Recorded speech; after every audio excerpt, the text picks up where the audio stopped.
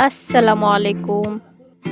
আজকে আমি চিংড়ি শুটকি দিয়ে বালাচাও বানাবো। তাই এই যে পেঁয়াজগুলোকে বেরেস্তা করে নিয়েছি। তারপর রসুনগুলোকেও বেরেস্তা করে নেব। এই তো রসুনগুলো হয়ে গেছে, এবার নামিয়ে নেব।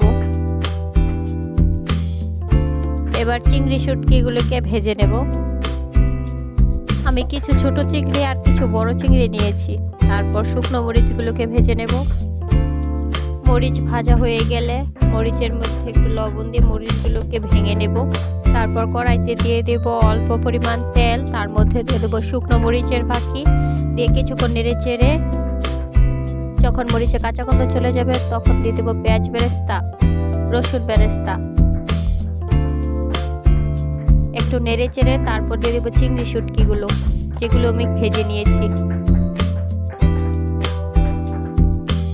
এবার মরিচের ফাঁকিগুলো দিয়ে দেব।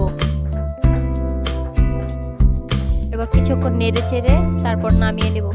ঠান্ডা হয়ে গেলে বয়ামের মধ্যে ভরে রাখবো যাতে মচমচে থাকে।